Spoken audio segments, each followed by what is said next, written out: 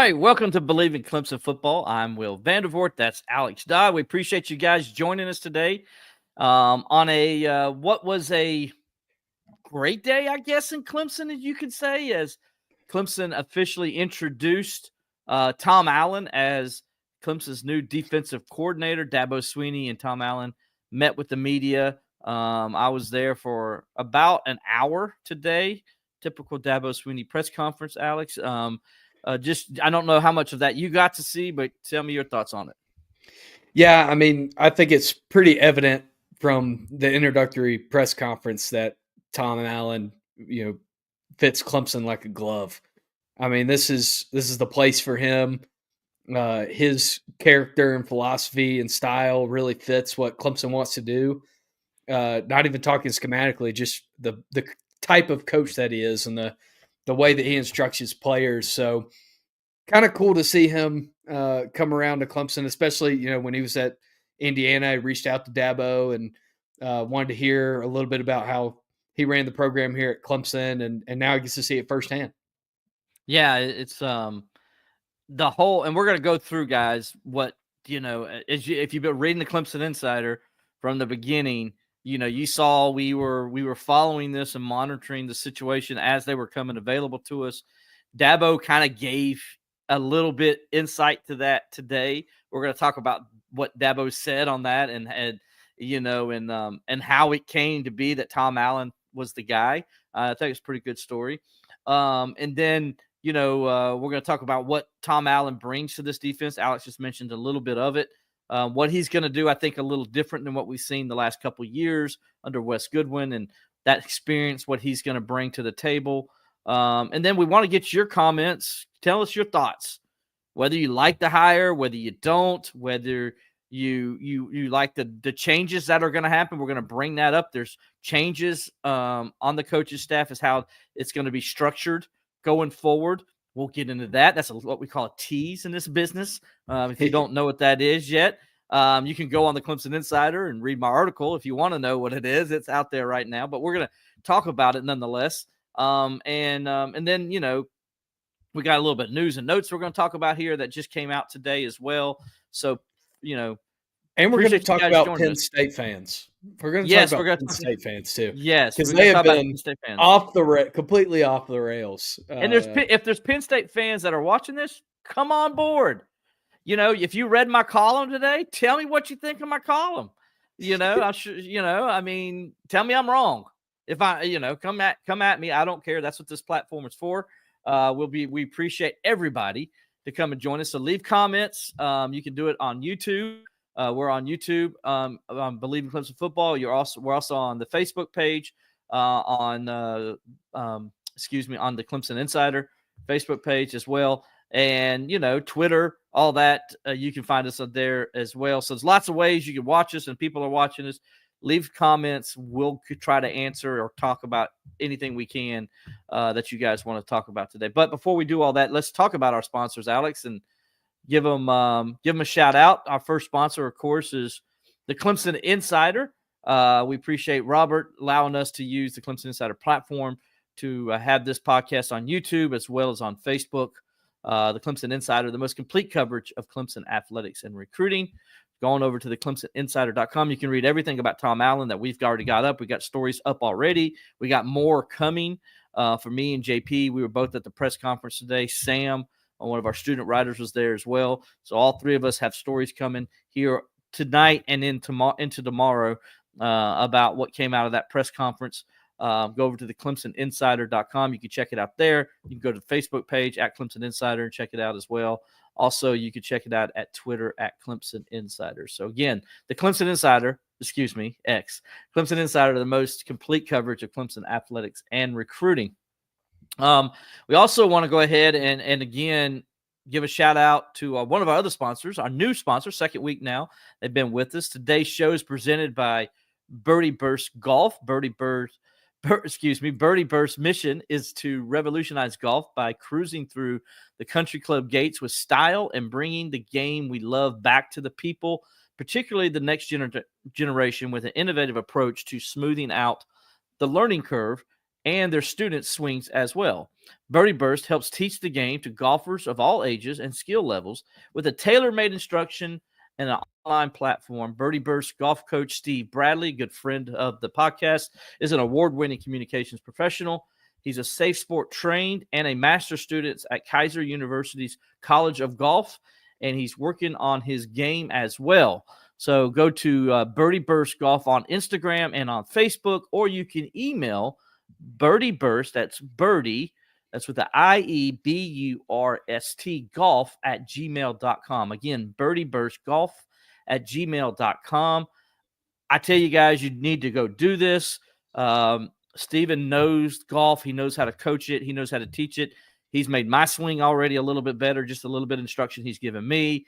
He'll do the same thing for you guys as well. And if he can make Will's swing better, then he can fix any swing. Absolutely. And if you're in the upstate, and you got a child that you want to coach, Steve would be a great guy to do it. He teaches his own girls golf and does a good job with them. So, give them a shot. Go over to their website. Like I said, give them a shout at that Gmail. Go check them out and give them a holler. And Steve will definitely get you started. And he's going to give you a free consultation, and then you just kind of go from there. And so check it out. That's, again, Birdie Burst Golf. And you can email them at birdieburstgolf@gmail.com. I wish I was playing golf right now. I mean, it's supposed to be like 1 degree, cold, dude. 1 degree or something here tomorrow. Tell people where here is. Yeah, you're Colorado Springs, Colorado. Well, tomorrow, I take that back. Tomorrow's gonna be nice. It'll be like 50. It's this weekend is where it's gonna get miserable. I mean, we got like highs of 17, 10, and 4 on our 5-day forecast, and I'm not really optimistic about that. But such is life. Yeah, I saw last night how cold it was for you down there, man. And I was like, it was like 10 degrees. Yeah. And I know it's cold here in South Carolina. We're having a cold spell as well. And they're talking about next week maybe getting some more snow here, Alex. Oh, my gosh. I hate it. Talking about more snow here in the upstate next Tuesday, I believe. So we'll see if that happens. But, man, and if there's people out there, guys, tell us your snow stories. I'm sure you hate it as much as I do out there. We'll get to the these people probably love it. They're probably not old curmudgeons like you. We probably got people that love a nice snow day. Yeah, well, maybe they do, and probably they don't. I got a feeling there's a lot of people that are like me. Snow's nice when you're sitting inside with a hot cup of cocoa and you're by the fire and you look out the window and the snow's falling and you're not worried about trees falling on your house because it's ice and not snow. You're not worried about the power going out and you're freezing. That's when snow is nice. Or you're in your car and your car breaks down because it's too cold and you're stuck in traffic and the engine starts to freeze up. So that's the kind of stuff that sucks about the snow and everything. So anyway, or a friend of mine who went sliding down the mountain this past weekend because they weren't prepared for it. They're Pigeon Forge, and so they they thought they were gonna fall off the side of the mountain. Can you imagine how scary that is? Yeah, I mean, I've driven in probably a lot more snow and ice than the general person in upstate South Carolina, but hey, you'll figure it out. Hopefully you don't have to. But like me and you talk about all the time, what's the difference between Colorado Springs and here, snow? Clemson Cox was disappointed with the little snow that they got. Had the sleds ready and everything. Sorry, Clemson. Maybe next year. But hey, no, maybe next Tuesday. maybe next Tuesday. They're talking about a chance for 3 inches, and they could go into Wednesday, and it could get more. Listen, this is what you want, Cox. If you want snow, what you don't want them to say is there's going to be a lot of it.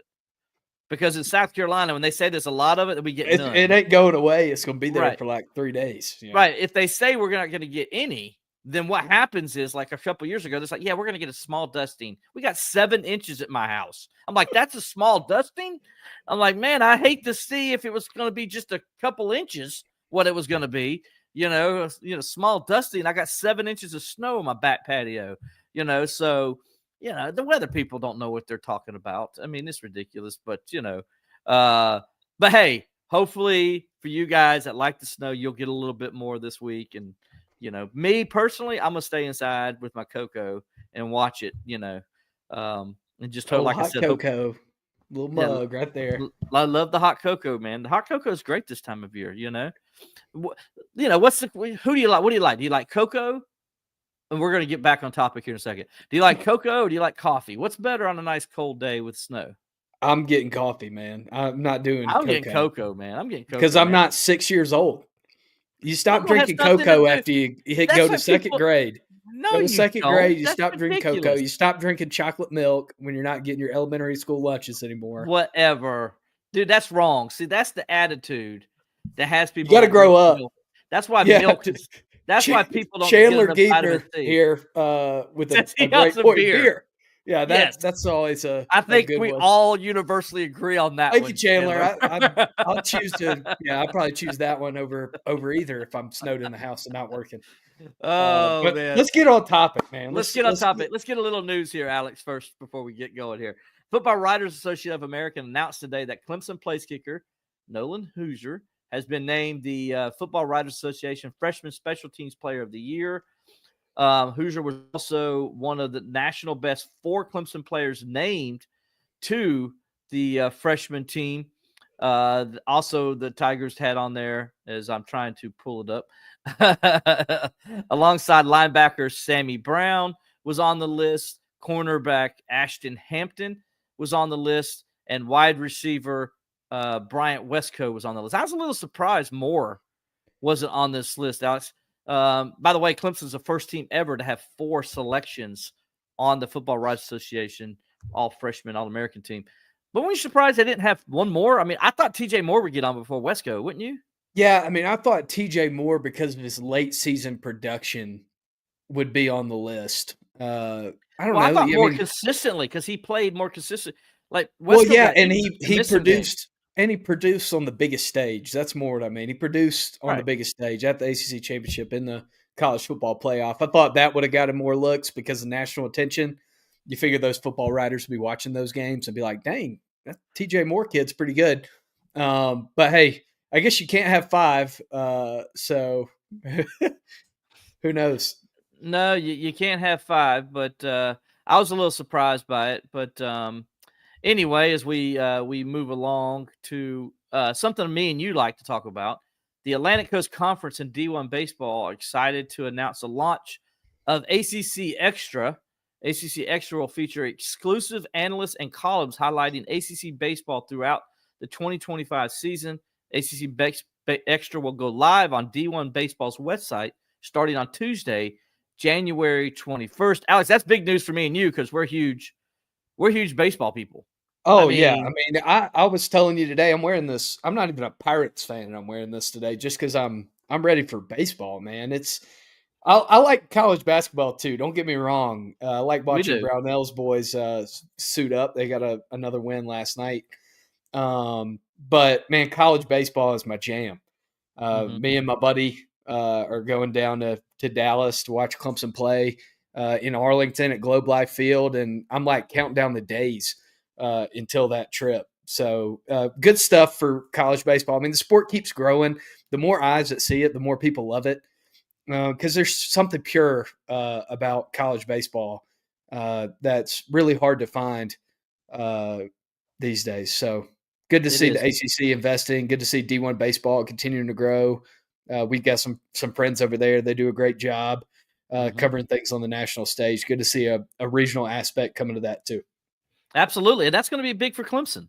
I mean, I know we talk Clemson football in here, but like you said, me and you are big Clemson basketball fans. We're big Clemson baseball fans. We love college baseball. I mean, I've covered a ton of other games and other sports, but nobody's covered more college baseball games than me. Clemson baseball games, I should say, in the history of probably Clemson baseball, because I love the game and to have an opportunity to cover it. It's been fun the last 20 years. And I'm excited about this team coming up. And now that I have another platform where they can get some love, I think it's pretty cool. Yeah, and Country Tiger saying that he's ready to see some Clemson softball right around the corner too. I mean, we get that a week earlier than we get college baseball. So there we go. Coach stuff. Whitman, his team, they're getting ready to go. You know where you can find all that stuff about college softball and college baseball. What website? The Clemson Insider. We have that. Nobody that's a covers good that idea. sports like we do, so go check us out. We're going to have that stuff actually coming up here in the weeks to come as we get you ready for actually, Alex, next week. If the snow holds off, there's going to be some college baseball starting. We're going to meet with Coach Bakich and do some preview and stuff. So there'll be some college baseball coming out. So we got some news coming out here in the next couple weeks. Good stuff. And man, the Tigers look like they're going to have another really good team. And they got some freshmen that were on the top 100 list on D1 baseball earlier this week. Everybody knows the veteran guys they bring back. Kind of that pitching piece. That's what we're waiting to see. Kind of what that rotation is going to end up looking like behind Aiden Canuck. You got your ace in your hand, so you ain't got to worry about that. But it's kind of seeing how those other pieces fit together. It's going to be fun to see. Absolutely. And by the way, speaking of Clemson basketball, you mentioned them last night, a 70-59 victory over Georgia Tech last night. A good win for Clemson because they went on the road and got a double-digit win. That helps the metrics. That's going to help Clemson going forward. I thought last night was an important game considering they got to play Pitt this coming week on Saturday. Ian Shefflin is not healthy. Going to Pitt's going to be difficult. Can they win it still? Yes, they can, especially if Chauncey Wiggins can get hot on the road. I don't know why he can't play well on the road, but he needs to start playing well. He did make a clutch shot last night, though. Yeah, that really got the Tigers going. Yeah, but they need him to be productive, especially right now with Ian Shefflin. By the way, man, Ian Shefflin played his butt off last night, guys. Here's his line, and then Brad Brownell said this in the post-game press conference. He didn't practice since he played on Saturday, okay? He had 16 points, 7 rebounds, 6 assists, and 3 steals. That is filling up the stat line. Am I not correct? And he was 5 of 8 shooting. And by the way, he has back spasms where every time he goes on the side, he puts on the hot heater brace. So he has it on. Oh, by the way, he's got a calf injury strain that he's dealing with. And the guy's still falling all over the floor, diving for loose balls. Yeah, and he was still able to reach that double-figure mark scoring when he didn't score in the first half. Right, so that's right. Just grinding it out. And I know Clemson had it's probably good for Clemson last night that they had the advantage of Georgia Tech being down a few guys because they didn't have their best stuff, but they still found a way to win it. Absolutely. And so, and by the way, Jaden Zachary, 21 points, one off his career high. Big night for him. He actually was feeling it last night, and Clemson needed all those 21 points because, like you said, everybody else was not playing as well. It was Zachary and Ian Shefflin. But big win nonetheless because it's going to be a tall task to go beat Pittsburgh at Pittsburgh on Saturday. So big win for Clemson to get that. And now if you go and beat Pittsburgh, to me, that's the cherry on the top for the week, right? Yep. And you get a win nobody expects you to get. And if you win at Pittsburgh, that secures your spot in the top 3 of the ACC because, guys, the 4 best teams in the ACC right now, we'll say 4 now because Louisville's on a heater. Yeah. Louisville, Clemson, Pitt, and Duke. Absolutely. From bottom to top. Above everybody else. So. And unfortunately, coming up the rear, North Carolina. They're playing well right now. They've won 4 straight and now up to 11-6. So the good news is though, Clemson can beat them here in Littlejohn. Now that'll be a good win for Clemson as opposed to a couple weeks ago. That game wasn't looking too good for Clemson, right? I mean, that's looking like one of those games that can do nothing but hurt you. Right. So good. It's good for Clemson. All right. So now we're gonna go ahead and get started though with what a lot of people want to hear about. So we'll go with the official news first. You guys already know it, but we're going to talk a little bit about the contract here. But Clemson's Board of Trustees Compensation Committee, as you guys know, officially approved, Tom Allen to be Clemson's new defensive coordinator. Allen and Clemson agreed to a 3-year deal that will pay Allen $1.9 million this year. He will make $2 million in 25-26 and $21 million in 26-27. The signing bonus, and this is the thing that's interesting, Alex, to me. His signing bonus will be calculated at $903,000 plus a gross up to as a tax for neutral transaction for Allen, provided that the parties shall work in good faith at the appropriate gross. Basically, at the time of the signing bonus, if Allen doesn't stay for 60 days, he's got to pay the $900,000 back. If he stays for 60 days, then Clemson will then pay the rest of the $1.75 he is owed at Penn State, $1.75 million. So it's so basically 900,000 now, and then 900,000 or 800,000 in 2 months is what they're going to be I don't paying. even need 900,000. I just need 9. If you give me Yes. 9, I'd be more than happy. So his signing bonus is basically his payoff for Penn State. Yeah. So that's how they're going to do it. And so like now add on to that, they're paying Wes Goodwin another 3.1 million. Yep. And then add on to that, you're going to give Tom $6 million. Yep. So over the next 3 years, Clemson's going to invest $10 million into its defense coordinator's position. Yeah, I mean, there are a lot of schools that don't pay their coach half of $10 million, their head coach, and you're gonna be paying that for one defensive coordinator when it's all said and done, because you got to pay the other one on his way out. You got to pay him, and look, and Dabo today admitted that it was his fault with Wes Goodwin. He wanted everybody to do that. That's on him. It was an experiment. He's hoping that would work out. He thought it was going to work out. Basically taking the same chance with Wes Goodwin that Terry Don Phillips took on him. Yeah. And it didn't work out, and Dabo said that's on him. That's his fault. He took the blame for that and said, Wes is a great guy still, and he wishes Wes all the best. I don't think Wes Goodwin's crying too much, Alex, because he's going to make $3 million over the next 2 years. I think he's okay.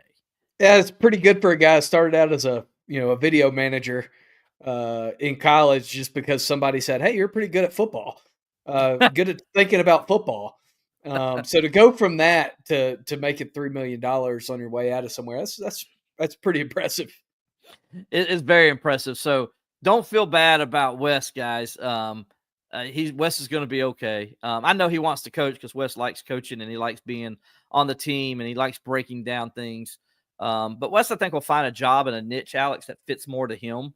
I think because he's got that kind of beautiful mind, if you will, playing off the name of that movie, where he sees things that the rest of us don't see. And he really is. I've always said this. I thought Wes should have been up in the press box. Me and Levon have both said this on this show, and Levon Kirkland was on here, where we both thought he say it now. He said it when he was on Believe in Clemson Football. He said it was on Believe in Clemson Football. That Wes should be in the press box because he can see things so much better up top, and he sees things way ahead of everybody else does. I think him being on the field hurt that magic that he has from doing that. I really do, because Wes, when he was with Brent Venables, he was seeing things 3 or 4 plays ahead of time, and Brent, he was able to relay that to Brent. Some people are better at seeing the big picture instead of seeing things zoomed in. Maybe some people are better at being less hands-on. So, I'm sure he'll find something that works for him, and he'll be great in whatever capacity he's going to be. But kind of exciting to see what Clemson's going to do. You got this from Wayne asking about 4-2-5. Yeah. Similar style to what Clemson's been running. The interpretation from Wayne is bend, don't break, and can't stop the run. I wouldn't necessarily say that that's how 4-2-5 always plays out. Right. Will, what's kind of your take on the 4-2-5 and Tom Allen's style of that defense? Yeah, so Tom talked about that today, and that he basically said, it's a story that we'll have on the Clemson Insider. He basically said that, his thing is he teaches takeaways, tackling, and then executing. Okay. So in other words, and he said, and I loved one thing he said, talked about guys being violent. He wants them fast. He wants them to rally to the ball and be fast. And he says, when they get to the ball, I want them to be violent. That's something we haven't seen Clemson have the last couple of years. Let's just be honest. Yeah. They haven't been violent all the time. But he said that's his style. So, and if you watch Penn State, that's what you saw. If you watch Penn State play, they were very violent to the football. And so I think what you're going to see with it, he's going to do the 4-2-5. And as Dabo explained, 4-2-5 is the 4-3 today. He said the reason you do 4-2-5, guys, is because of the personnel the offense puts out there. And the offense is playing with a lot of 11 personnel, which is one running back, one tight end, or they're playing 10 personnel, which is one running back, no tight end. And so they're basically like spreading the field out. And so you can't have a nickel trying to, go up against these receivers. I mean, you can't have a linebacker trying to go against these receivers and thing. So you got to bring a nickel back in. Dabo says, listen, if he gets a heavy set team that's running a lot of 12 personnel and stuff like that, then yeah, I'm going to take that nickel guy out. And he said, I don't want him going up against Davis Allen. I'm going to bring him out and put in an extra linebacker. But he says most of today's world, you don't see that. You don't see that 12 personnel anymore or that 22 personnel. That's why you see too, there are a lot of teams now that are going to even a 3-3-5. Yep. And changing their personnel in that way. That's Illinois. taking a defensive line and moving him to where he's kind of defensive lineman off the field and having instead of. Well, see, and that's the thing. They got Alexander, right? And we don't know what they're going to do or how. Remember, Coach Allen just got here. So he's got to look at his personnel, and we're going to get into that in a minute, how he's going to be able to do this. He's got to look at his personnel and see how he's going to use them. Well, he's got a guy like Alexander, Alex, what you're talking about. In a 3-3-5, that's a guy you kind of can do a lot of things with, and how you use him. Well, you can be multiple with your 4-2-5 too, and you can put him up on the edge and use him in coverage, or you can send him off the edge on a blitz. I mean, you can be really multiple in what you show. And a 4-2-5 is a base defense. That's what we have to remember. Doesn't mean that every time you look at the field, you can clearly see 4 defensive linemen, 2 linebackers, and 5 DBs. That's Clemson ran a lot of dime at times. Clemson ran a lot of dime. When they played Pittsburgh, they ran a lot of dime. And so, so that's even more where you're taking off a backer and you're putting in, or you're taking off a defensive tackle, and you're putting in an extra DB. So, I don't think you're going to see. I didn't see as much dime when I watched Tom Allen play. Now, granted, that might have been but even when I watched him play SMU, he didn't play dime. He played straight 4-2-5. Yep. And you guys saw what he did to SMU compared to what Clemson did to SMU. I mean, he ate them for lunch. And that's because he also had the horses. And that's part of it too. Well, guys, guess what? They got some horses. They went and got Will Hill. They went and got Alexander. They got some horses now to go with these other guys. I still think there's a little more depth I'd like to have them have, Alex, at that linebacker position. The news today coming out, I don't know if anybody's asked it there yet or not, but about Damontae Capehart. Dabo Swinney announced that Capehart is working out with the team as of right now. He's trying to get that extra year back where he played like 21 snaps in 5 games back in 2021. They're trying to get a medical red shirt out of that season. If they can get it back, sounds like he might play. Now, Dabo says he's got till February 6th because that's when guys who declare for the draft can go ahead and also fall out. But it's also for guys who haven't declared yet that can, especially a graduate student. I don't think he falls under the same realm that a junior does or a third-year player. So he can actually go into the draft anytime he wants to before February 6th. Because February 6th is the cutoff date for the draft, period, for everybody. So that's where they are with Capehart. Dabo, I asked the question, what's the timetable for that? And Dabo said to us, soon. So you take that for what it's worth.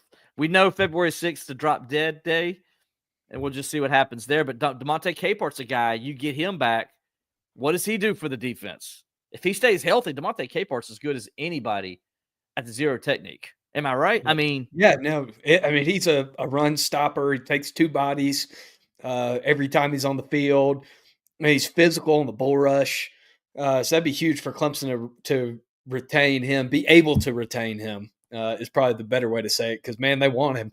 We'll see. The NCAA, like we've talked about 100 times, doesn't have a backbone anyway. Mm-hmm. So it's kind of hard to believe in this day of the NCAA and where it is that he wouldn't get the waiver, especially with them considering adding an extra year eligibility anyway. Yeah. Kind of hard for me to think that it gets denied, but stranger things have happened.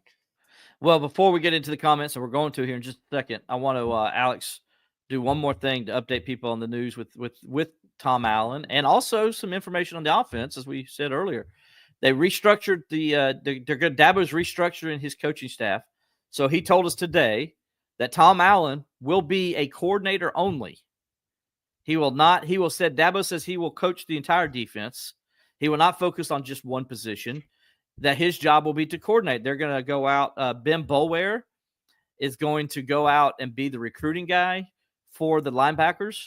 Ben Boulware is going to be basically your linebackers coach, it sounds like. And then also Tom Allen's son, is also going to help Ben at the linebackers, coach the linebackers. So that's kind of the plan there. On the offensive side, Dabo says he's kind of already talked to Garrett Riley, going to do some more talking to him. But basically, Garrett Riley's not going to go on the road anymore. Garrett Riley's going to stay and just coordinate the offense, and it's going to get the offense ready to go for spring practice. This is going to benefit both coaches, where they'll be able to be around the players all the time. They won't be out recruiting. So this is the new college football world after the rule came in last summer, where coaches, if you're on the staff and a full-time person on staff, those guys can coach, whether it's practice or in-game competition, they can coach. You also can restructure your 10 on the field guys. Is like who you identify guys that will go out recruiting.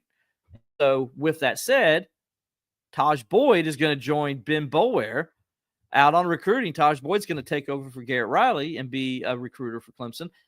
I think, guys, you tell me, Alex, and you tell me. I think it's a great idea. Taj Boyd and Ben Boulware recruiting for you with C.J. Spiller and Tyler Grisham out there as well, and Nick Eason. Yeah, Dude, a ton of guys that love Clemson out there. Yeah, I mean, who can sell your program better than somebody that's been there? Somebody that was the 18-year-old kid who talked to all these coaches in their living room and didn't know what was going on and decided to go somewhere and decided to stay, decided to come back.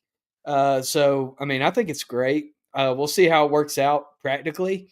It is the new college football world, but it's kind of difficult to wrap your mind around it when things have worked a certain way for so long. So we'll see how it works out.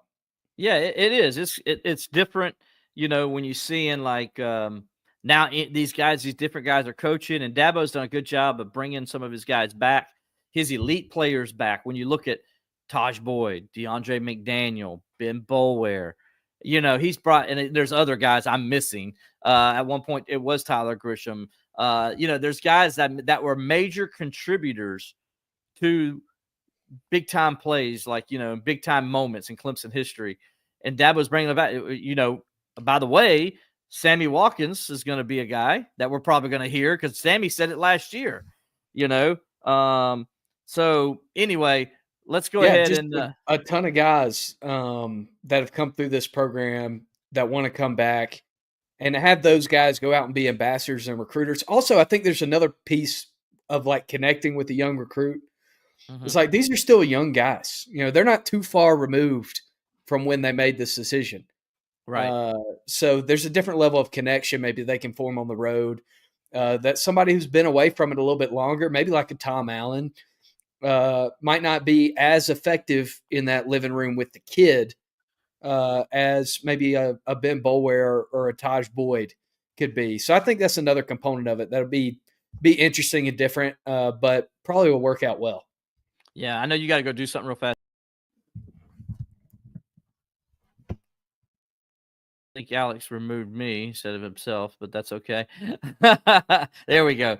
We'll go ahead and answer a couple questions here, guys, from the comments. Keep them coming, please. We got,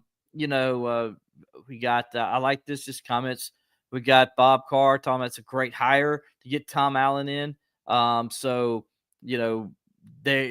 totally agree. I think this is a great fit for Clemson. We'll see where it goes from here. There's no doubt, though, that this is the guy Dabo wanted. And to kind of go into that a little bit, guys, so Dabo said today that he had 12 people he talked to, 12. And of that 12, he narrowed it down to 6. Then he narrowed it down to 3, then 2. Now, he said the other 11 were guys that contacted him that were interested in the job. And he said most of those guys were sitting defensive coordinators right now in college football. And they were seriously interested in the job, and they really wanted to come to Clemson. So Dabo talked to those guys. Then he said the only guy that he had to go gauge his interest was Tom Allen. And so he reached out to Tom's lawyer, said he was interested because Tom and Dabo share the same agent. Reached out to his agent, which is Dabo's agent, said, hey, could you just throw out a feeler there, see if you'd be interested? He told Dabo, I don't want to talk to you until after the playoff run's done. I'm committed to Penn State right now. I don't want to talk to anybody until after that. And so that's what he did. And so Dabo, of course, kept it. Dabo said that they didn't talk until Friday night after they lost on Thursday to Notre Dame in the semifinal game. So he talked to him on Friday night. Then he said he talked again to him on Saturday. And then, of course, we all knew by that point the rumblings started coming up, and Dabo then mentioned that they kind of came to a working decision together. I think sometime around that Monday range, and then Dabo brought him here last night. Flew his whole family in. They got to take care. They got the whole Clemson treatment, and Dabo said it was so cool because Tom had never been to Clemson before. And his daughter, by the way, Brittany, lives in Greenville, and he didn't realize Clemson was this close to Greenville. And he said it was just so, and Dabo said it was just so good to take them around Clemson and show them Clemson as people who'd never seen it. So he took them over to the stadium, took them over, they went out. I think they went to Calhoun Corners for dinner. They went and did a couple of other things, just a good, wholesome moment. And Dabo got to see how much Tom was fascinated and loved Clemson, what he saw for the first time. And then also, Dabo says, talking with the other 11 guys that he interviewed for the job, that says they all love Clemson. And Dabo said it was so refreshing just to hear how many people wanted to come and be a part of Clemson and how much they want to be at this school and this program. And he said that was the best thing that came out of all of this to him. Yeah, what a great story, man, that he's getting to be close to his adult children again. When he didn't think it was really a possibility. It wasn't something he was looking for. He didn't put in for the job. No, but Dabo came to him. Yeah, it just kind of happened that way. And who knows if Dabo knew that he had kids that lived right down the road. But man, what a great thing for Tom Allen to be able to come to the upstate of South Carolina, get to experience Clemson for the first time. I'm sure everybody that's watching this remembers, kind of their first experience when they went to Clemson and what they took away from it. And Tom Allen got to have that same kind of moment. Absolutely. Wayne wants to know, is there any rumblings of any additional coaches leaving? Right now, Wayne, I can tell you no. We have not heard any rumors or word of anybody leaving at the moment. So we met with Dabo today. There was no indication from Dabo that was the case. He, as I said earlier, he mentioned that, Tom Allen's going to be the defensive coordinator and defensive coordinator only. And he's going to be kind of the next couple of weeks is going to be meeting with players, talking to them, just doing a lot of other things, kind of getting to know his team. Dabo loves this, that Tom Allen can actually sit and get to know his players and his players get to know him instead of being out on the road recruiting for the next 3 or 4 weeks, before they get ready. Because by the way, guys, at the end of February, they start spring practice. So this next 6 weeks, that's great for Tom Allen to get to know these players, Alex. That means it's a big deal. Yeah. I mean, he's getting, not only that face-to-face interaction, but he's getting, extra time in the film room that he wouldn't have if he was on the road. So he's going to get to know the strength and weaknesses of his personnel. Seeing them in a similar set and base is going to help him too. So that'll definitely help. Can't hear you, Will.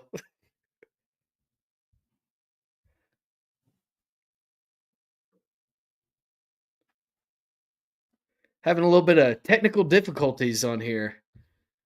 I can't hear Will. I don't know if he can hear me. Can you hear me? That's another question that we might need. So Will's going to get that figured out for a little bit. Man, all kinds of great things. This is the great part about a live show. Sometimes things go well, sometimes things don't. One thing we definitely want to get to, and we see some of you guys talking about it in the chat, is kind of the rumblings that were coming from Penn State fans on social media after this move was announced, even before it was officially announced, when it was a potential move. Tiger 24, see you on here. Boy, oh boy, Penn State has been trying their hardest to talk down Clemson since we made this hire. And yeah, there's definitely been a lot of that. Why would he leave after, we just had all this success and have all these guys coming back? Well, Penn State fans, I hate to break it to you, but Clemson's won 2 national championships since the Nittany Lions have. Clemson has one more national championship than the Nittany Lions have.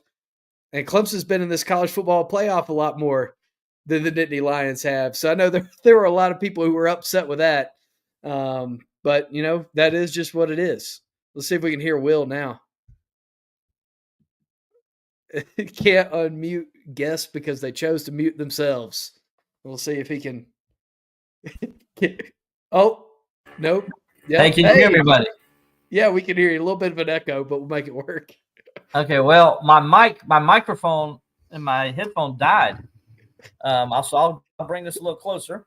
Apologize. I was wondering what you're over here like doing this. Well, like I'm getting feedback in my ear. It's just a scratching feedback, and I hope nobody else out there heard that. I apologize if they did. But it was a screeching feedback that I couldn't stay on because it was killing my ears. So obviously, I apologize. I don't know what happened there, but we'll just go old school. Brad Woods, Allen's defense already locked up Will's mic. Oh, man. Love it, Brad. That's exactly what happened, man. They cut me off, man. I don't know. Maybe I said something I wasn't supposed to, and Dabo just shut him off. Shut him off. He's talking too much. Shut him off. I don't know. But my apologies for that. Let's get back. What were you talking about, Alex? I didn't even get to hear. Let's talk about these Penn State fans and kind of the rabble-rousing on social media after this move was announced. Even before it was announced, it was just reported that they were in talks. That Penn State fans were asking questions like, why would somebody want to leave Penn State to go to Clemson? Yeah. Well, it's funny. You read my column and how I wrote about it. And so yesterday I was hearing on the radio, not only in Clemson, which was comical. Like they were like tweeting, they were like sending messages to Qualk and Ben and stuff. Penn State fans were just talking about what a downgrade it is for Allen. And then I listened to national radio, and they were doing the same thing on the national radio shows I was listening to. And everybody else, of course, praising Dabo, talking about what a great hire it is, and praising Tom Allen, saying, man, what a move for Tom Allen, because some of those guys know Tom, and they know his family, and this is a great place for him to come. And so, but the Penn State fans are just, come and act, this is horrible. Why would he leave to go to little old Clemson? And you know what, Penn State fans, I hope you're listening. Clemson has been more relevant in the last 15 years than you have. You do know that, right?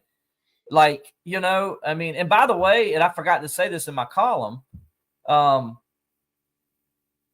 can go scoreboard on you still right now. I mean, granted, it's been since 1987, but still 35-10, Clemson owns that lead. And the only meeting between the two schools, Clemson beat them bad. And, I calmed down with saying Clemson is not good.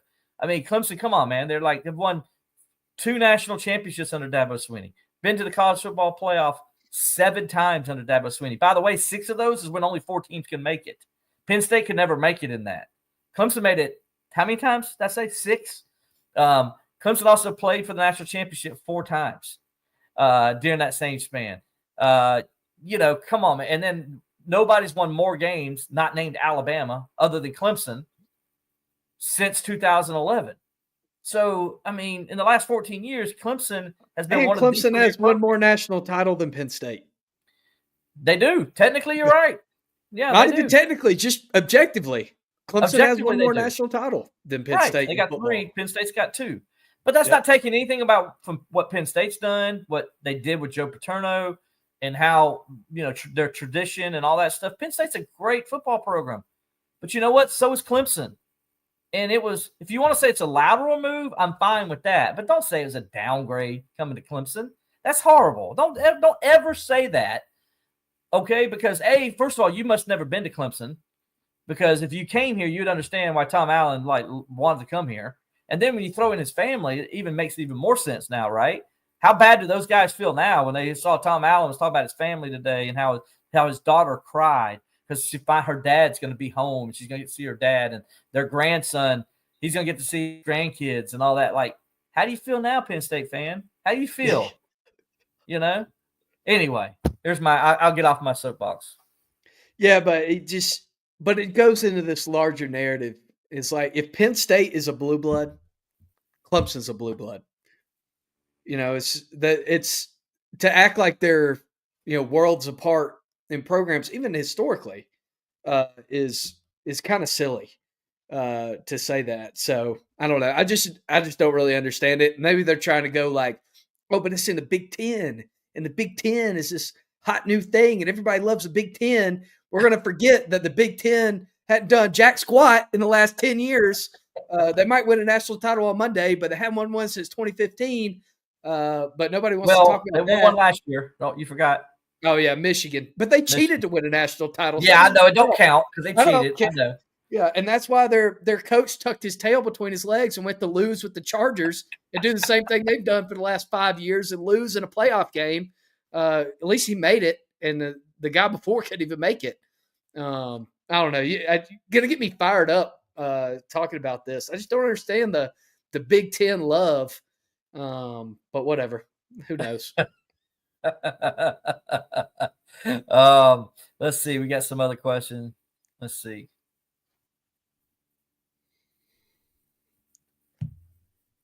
Well, there's another point. John, I agree with you. It's like the question should be why wouldn't Allen want to be on Dabo's staff, but rather than be on Franklin's? Yeah, point made, buddy.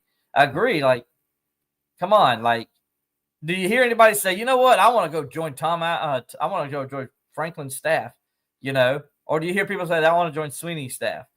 I mean, what do we hear? We heard more people want to come to Clemson than people want to go to Happy Valley. Again, nothing against Happy Valley, but James Franklin just does it. You don't hear people say, man, I'd love to be part of James Franklin's program. Have you ever heard that? I haven't heard it. I mean, there's a reason this guy has high turnover on his staff. Everywhere he's been, he's had high turnover on his staff.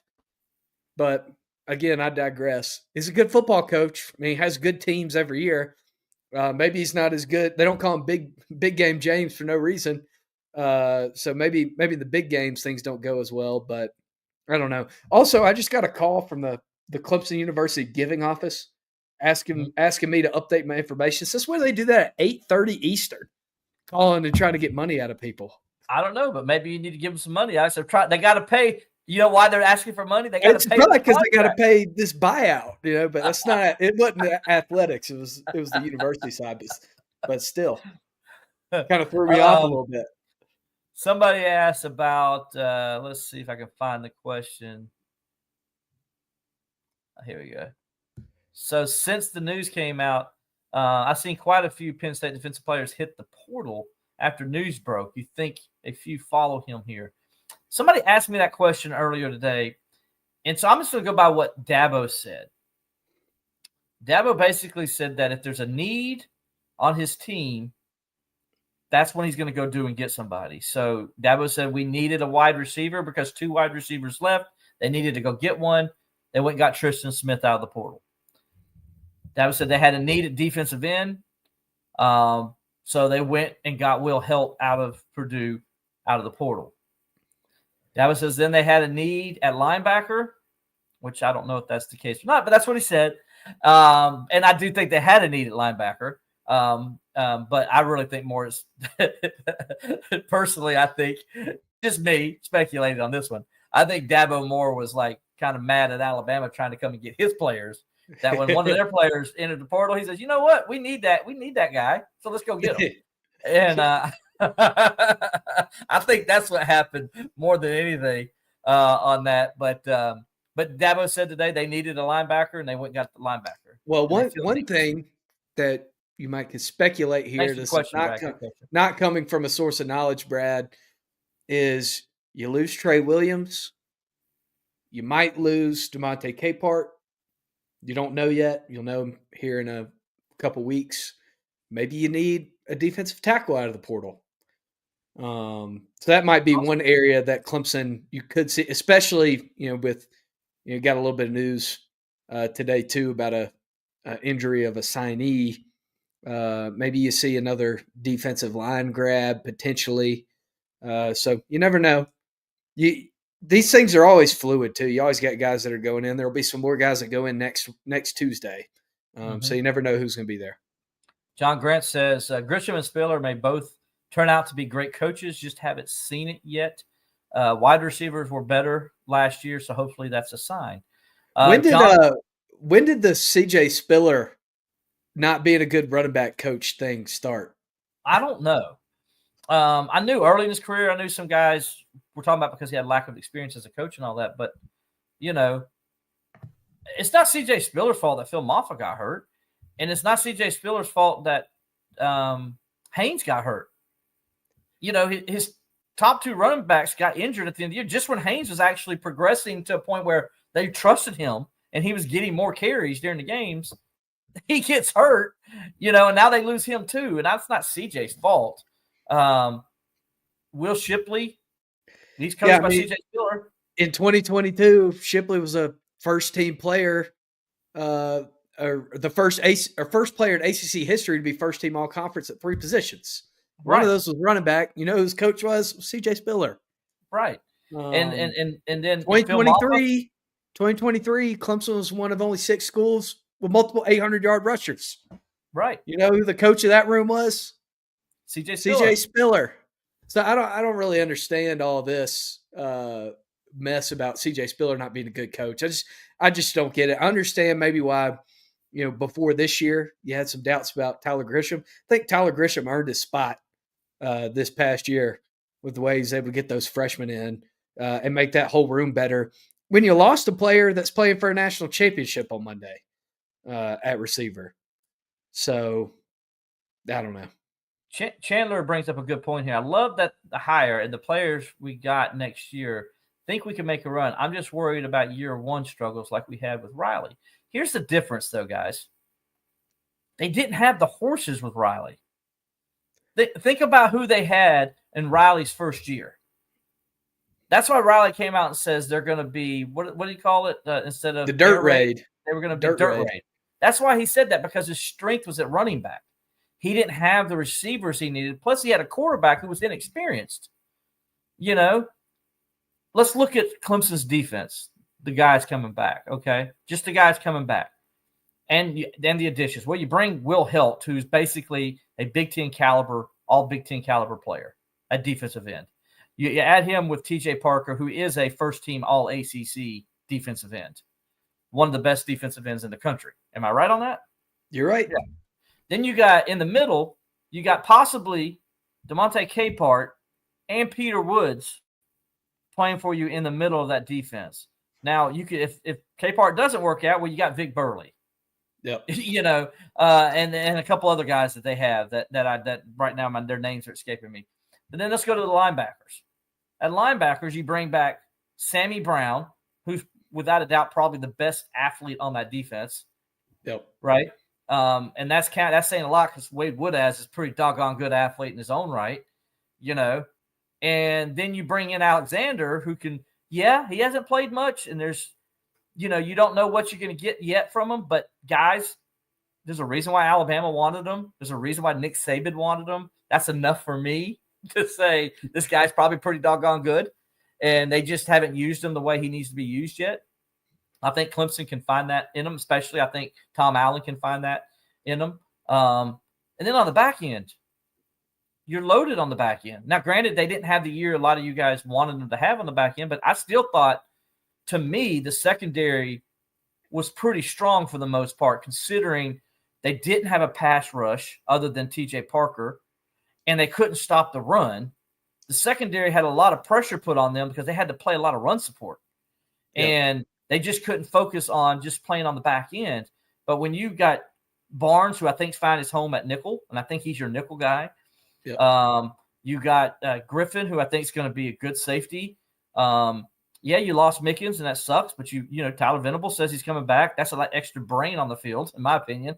You got let's see. At corner, you got Ashton Terrell. Hampton. You got Avion Terrell. Hampton. Yeah. Yeah. And I think and both I'm forgetting of them. Somebody else, number 2. Help me out, Alex. Number 2. Where's the jersey number 2? Don't have my roster in front of me. Oh my goodness. Help me out, people, in the thing. My brain's not working with me right now. So hey, it happens. You got Shelton Lewis. Yeah. So almost forgot about our boy Shelton Lewis. Yeah, so you got him back as well. The main thing I'm doing here with the theme here to go with Chandler's question is, guys, look at all that experience and talent coming back on defense next year. That's a lot of experience and talent that just didn't get coached up the way they needed to last year. I'm going to be honest with you. They didn't. And there was the problems at the not having that defensive end you needed. That really hurt the defensive line. Those things are going to be corrected this year.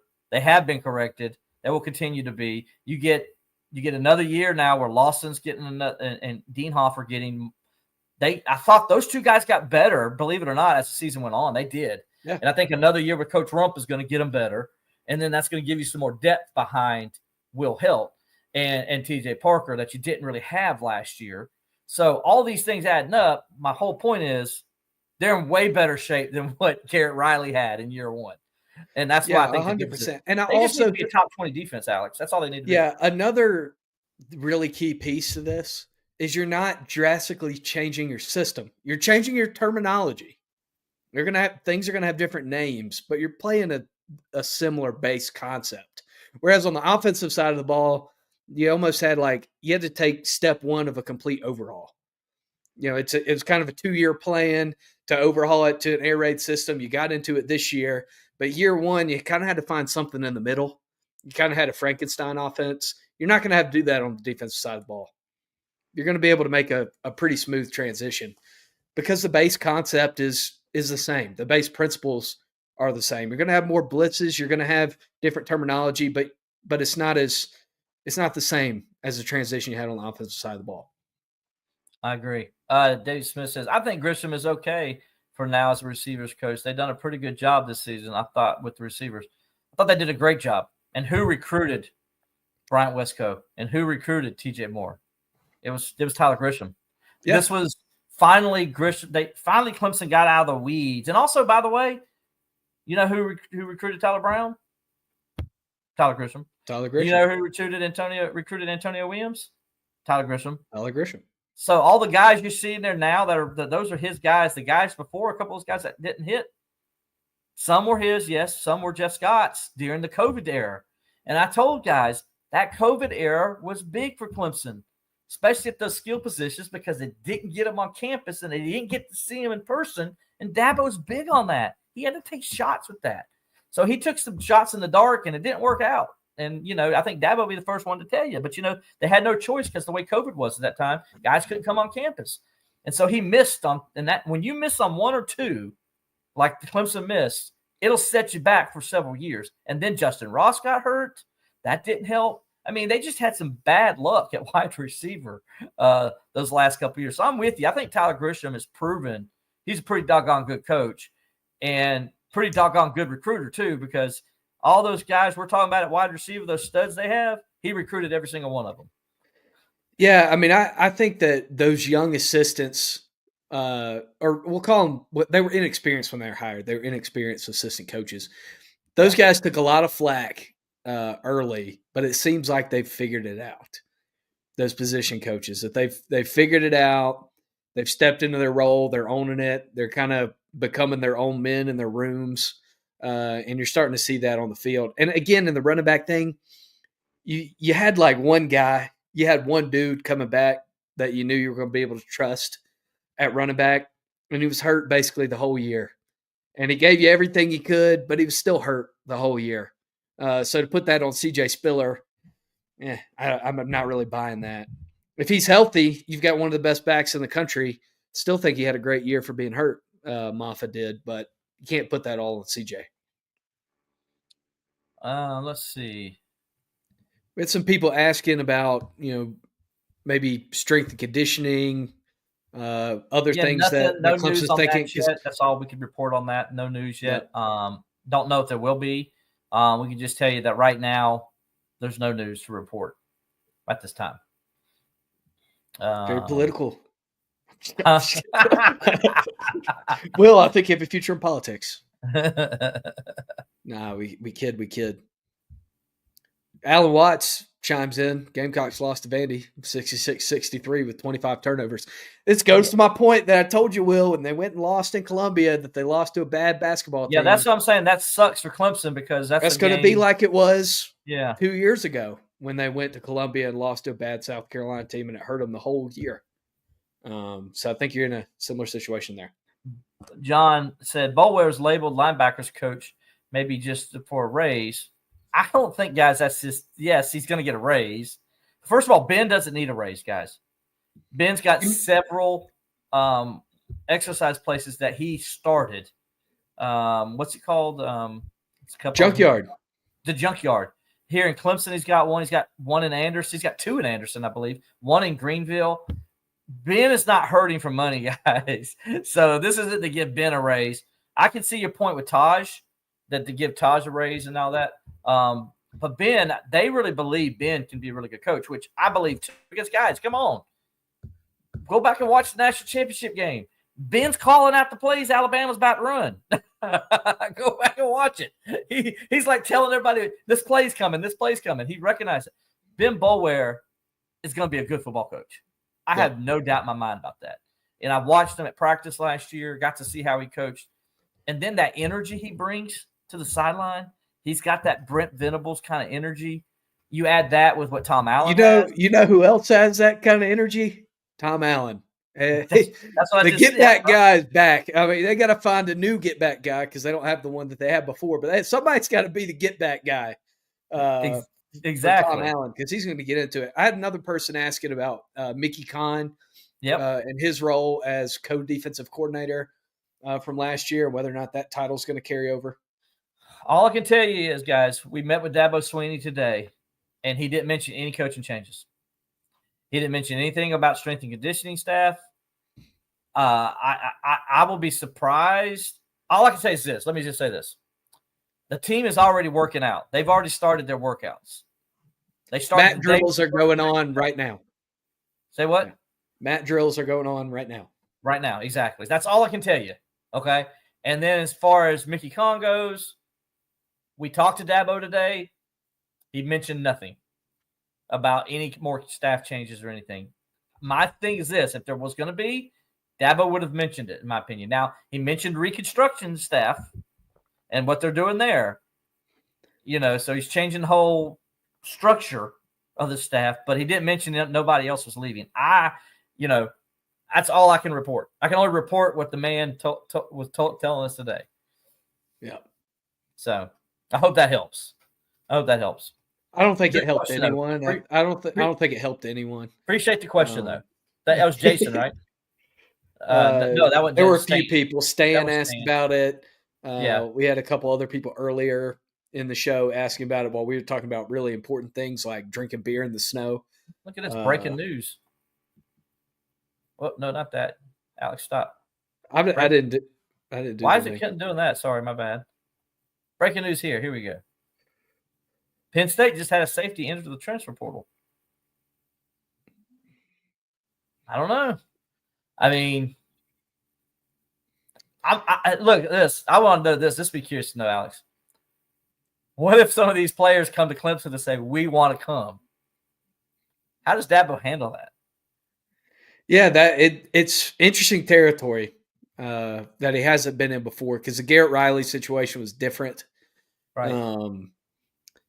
And also I think it has a lot to do with the type of coach that Tom Allen is. I mean, look at what the former players said, on Twitter, or what guys that have worked around. Look at what our good friend John Blau at the Post and Courier has said about Tom Allen. That was a great column, by the way. When he worked as a journalist covering Indiana, Tom Allen's the type of coach that people follow. He's a leader of men, as Dabo Swinney would say. Very similar to Dabo in that way. And it wouldn't surprise me in the slightest if there's some players that are trying to get in contact with the Tigers about coming to Clemson or getting their agents to reach out or whatever, however this process works. I mean, this is a mess. This is great. If it wasn't Clemson, he's correct. Everyone outside of Clemson will be shitting it was tampering. But see, that's the thing, because it's Clemson, you know it's not tampering because they don't do it. They only got 3 people ever out of the transfer portal. I mean, it's definitely. You don't count Paul Tyson. You don't count Paul Tyson as a bona fide transfer portal. Oh, I don't. Or my good friend Hunter Johnson. Come on now. Today, Dabo was asked about the transfer portal stuff or whatever, players, and Dabo's like, "Yeah, man." And he looks over at me and he says, "Yeah, man." He's like, and you can go back and watch it. He's like, he's looking over to his left, and he's like, he's like, "Yeah, you know, we've gone 3 of the last 4 years." And when he said it, I just busted up laughing. Okay, and and Dabo started laughing with me because Dabo knows.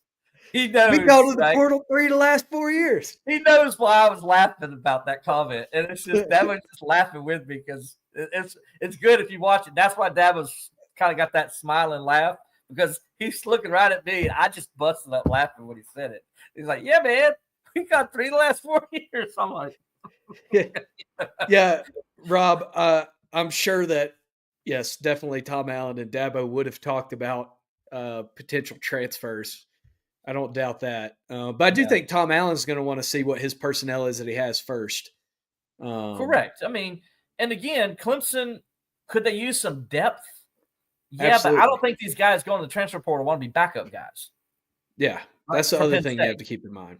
Yeah, that's the other thing. I don't think they want to be backup guys, you know. And if you come into Clemson, that's what's going to be, because pretty much every starting position is set for the most part. It's set defensive tackle.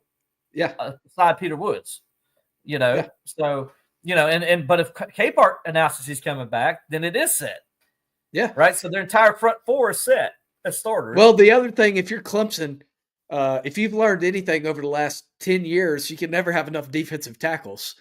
That's true. Now, that's true. I mean, pinky toe on a defensive tackle has got to be like the most sensitive part of anybody's body. Right. But again, right, people are looking, right, people are not going to want to enter the transfer portal to be backups. Right. That's not why they enter the transfer portal.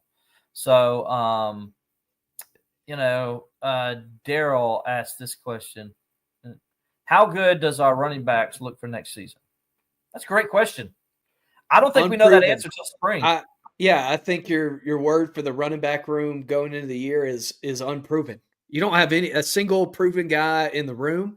You have a lot of guys that you think are talented. You have a couple guys that you've seen flashes of something special. You got one guy coming off injury.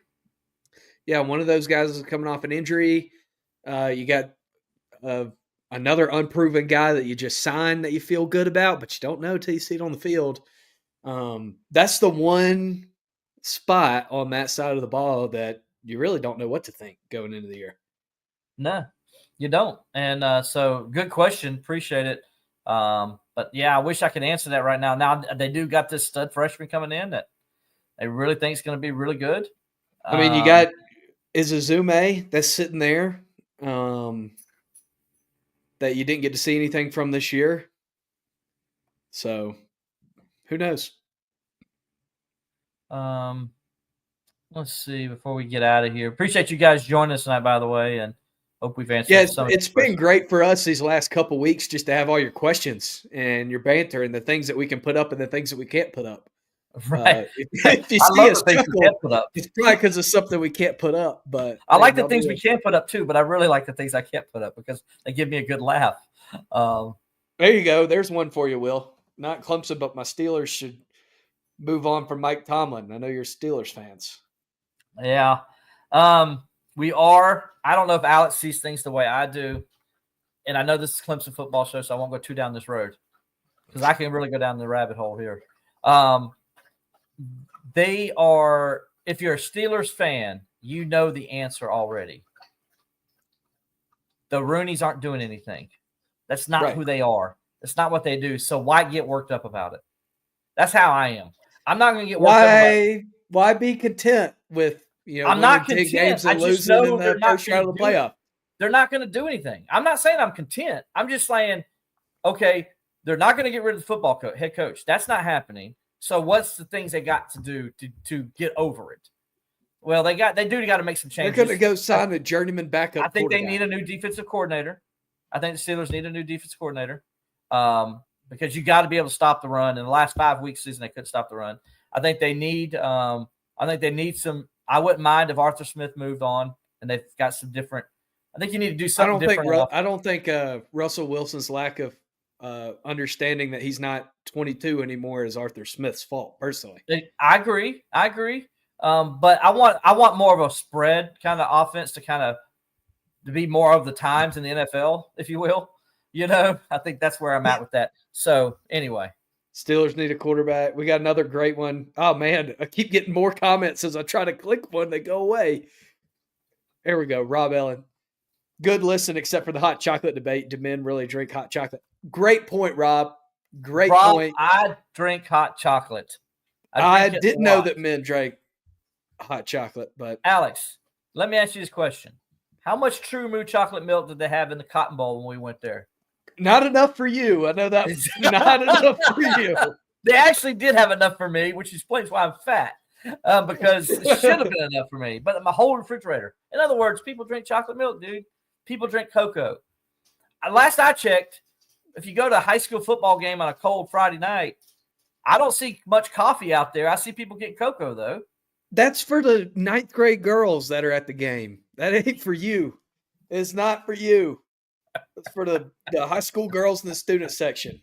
We'll agree to disagree, all of you. Or the moms who are watching their little baby run around on the field. Okay, we can't end it with the chocolate. Well, here's one thing I have to get off my chest. I have to get this off my chest. Saw this news today from our good friend Pete Yannity that the Greenville County School Board made a move today that they're going to put turf athletic fields at every school in the county. And I want to go on record as saying that I think that is the most useless decision that Greenville County's ever made for athletics. The fields are going to be too hot to use in the summer. There are all these studies coming out about health risks of potential cancer that these things can cause. They look like crap. They feel like crap, and players get hurt playing on them. Yep. Players get hurt playing on them. And it's a silly decision. It's just so you can flex your muscle and say we have turf fields. It has nothing to do with anything else. And it's ridiculous. Bring back grass. Get rid of all turf fields. You don't live in a winter state where it snows all the time and you can't play on it. You live in South Carolina. You don't need a turf field. That's all I'm going to say about that. No, I agree with you, buddy. And that's why the NFL Players Association is doing everything they can to get NFL teams to stop using turf fields. That's why you're seeing these fancy new stadiums being built with grass. That's why you see them hauling in the grass and stuff. So like they do at Arizona, those are grass fields. So, and it can be done. Arizona's proved it, right? Yeah. Arizona's proved it. You can have a dome and still have grass field. So I'm with you 100% on this. The NFL Players Association does not like it. They want to get rid of those turf fields because they think that's what's causing a lot of injuries. So ask Metzi about turf. Yeah, soccer people are super against it too. There's a huge outcry. In fact, when they play the World Cup in Dallas, they're going to build 10 feet above the turf surface and put grass on it. And then they're going to take it out and use the turf for the football teams. They spend millions of dollars putting grass for soccer players and not leave any for their football team. But, hey, since when does Jerry Jones make football decisions that make sense? Exactly. Oh, my gosh. By the way, did you hear what's going on there? Oh, yeah. Oh, my gosh. Oh, here you go. Brad Wood said if you play on turf, it's about like drinking hot chocolate. We're not ending it on hot chocolate, guys. We're not ending it on hot chocolate. Hold on. How many sweaters does Will own? First of all, this is not a sweater. It's a quarter zip. And I probably own like 3 sweaters now. He only has 2 or 3 cardigans, and he only wears them on like brisk fall days. I don't have many sweaters, but I have a whole closet full of hoodies. I love hoodies. Alex will tell you I'm a hoodie guy. I got all kinds of hoodies. So you guys have seen me wear some here on here. So, but this is a quarter zip. So it's not a sweater, but appreciate you guys noticing, though, that I'm dressed nicely. I had to go to a press conference, so I had to look somewhat presentable. When you have this face, you got to make sure you look somewhat presentable when you go to a press conference. Hey, I get it, man. I get it. All right, that's what we're going to end it on. No more cocoa. 0 sweaters. Rob chimes in on YouTube. Hoodies okay. I'm with you, Rob. Hoodies okay. 0 sweaters. All right, let's get off the hot chocolate.